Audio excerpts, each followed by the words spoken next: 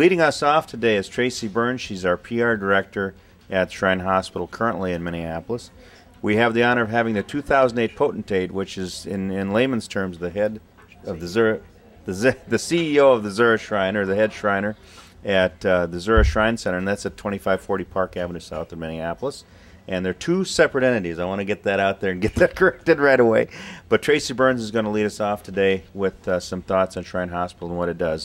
Hi everyone, as Mark said, my name is Tracy Burns and I'm the Public Relations Director at Shriners Hospitals for Children, Twin Cities.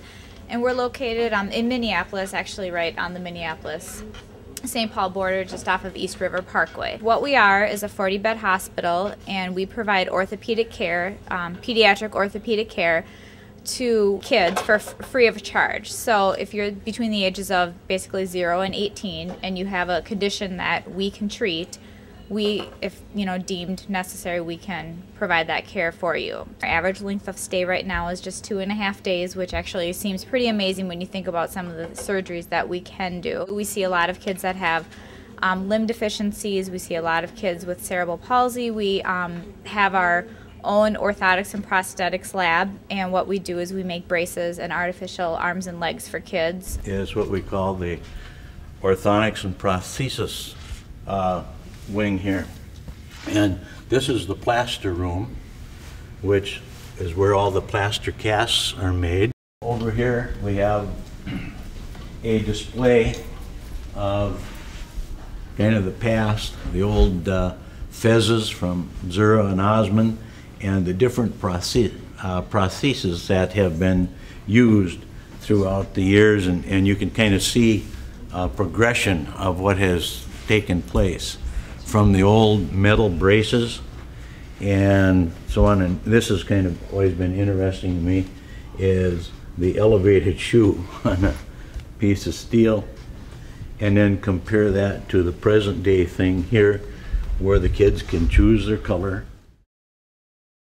In 2007, we made over 400 limbs, and we made over 1,000 braces.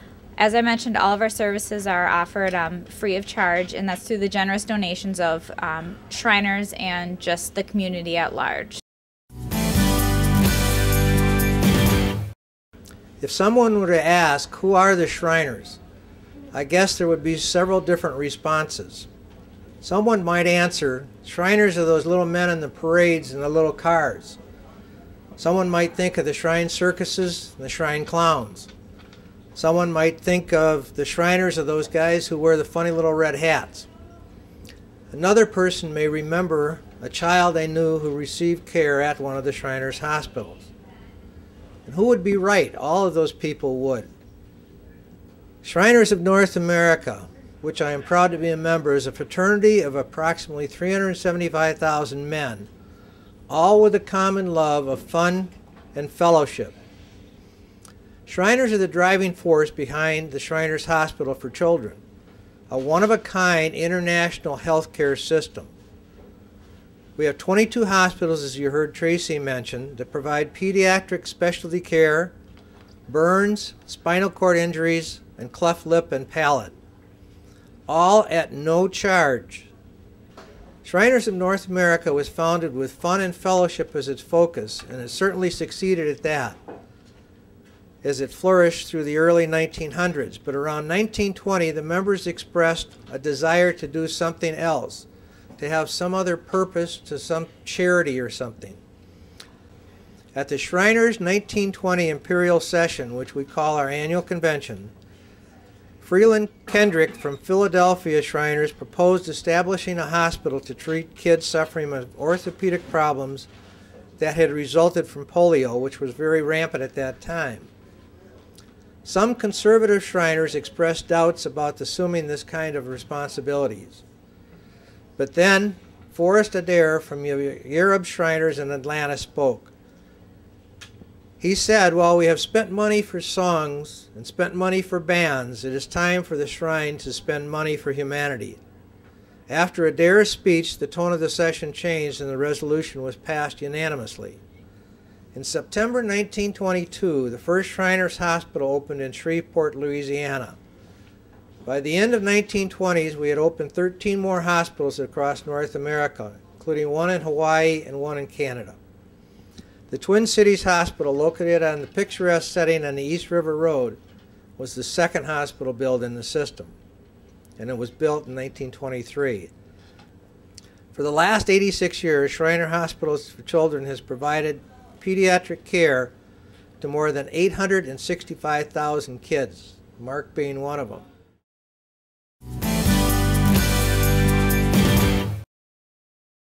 Hi everybody, I'm Mark Hughes, and I'm going to give you a brief overview of what my life and times was like before Channel 5, before CTV, in the Shrine Hospital circles, even though the operation has changed quite a bit from 20 or 25 or 30 years ago. It's still on that same foundation over there on East River Parkway and the same great place. My story is, I was born July 15th, 1959, which means I'm old, but I'm young old. From about the age of 4 to 17, they cared for me.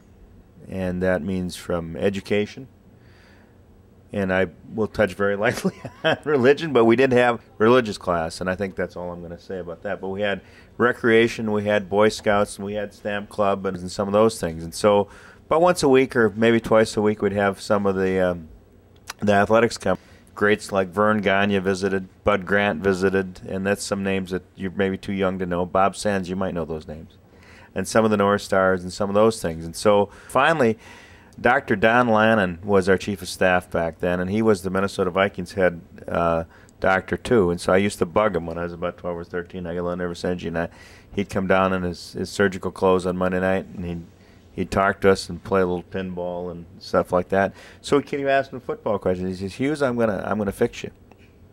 He's a week from now. I won't be in the rest of the week, but a week from now, this is a true story. He said, "Meet me on the porch at 11:30, and when you see me pull up, just be ready. We're not going anyplace, but be ready for who's coming." So it was Tuesday at 11:30. I was out there on the front porch like I was supposed to be, and he at that time drove a big Mark IV, and I love the car. And he pulled up, and he's okay, be ready. So the car behind him was Jim Marshall. The car behind that was Carl Heller. And pretty soon the front four was there, and then comes an international scout, and it's Bud Grant. So he lined us boys up, and we all got to talk football for about an hour. And so we got that out of our system. And so Lannon said, "Now you happy?" And I said, "Yeah." And I never asked him a football question again, but it was fun. And ever since then, the Vikings were very good to the hospital and seemed to come around. So there were a lot of benefits other than being operated on and doing. None of what I could do today would be possible without Shrine Hospital. Why do I go out and promote for the Shrine? Well, I spent a lot of my childhood there. They've done 35 surgeries on me to the tune of about $3 million in a market value today. And it's an honor to still be an alumni at Shrine Hospital. I feel a need to get out and promote for Shriners Hospital and Zurich Shrine when I can, because they've done so much for me. It'll be 10 years in August that I was actually out on our lake, on Turtle Lake, and I decided that it was time to really line up my own television show. But if I were going to do that, I'd have to run a pilot, and where would I do it? So I called over to CTV, and Dr. Gene Jayberg was on staff there. And he's a name from Channel 2 of a long time ago, and I was on one of his shows at Channel 2, so I asked him about the idea. And he said, "Sure, I'll get you started." So the thing aired at 2 in the morning. And he said, "Well, it has to be a non-profit organization that we want to gear the first show toward." And he said, "Which one is near and dear to your heart?" And I said, "Well, Shrine Hospital." So every time we do the show, we gear the show with Shrine Hospital kind of being the focal point, because that's where I came from. It's important to me because it's been a big part of my life.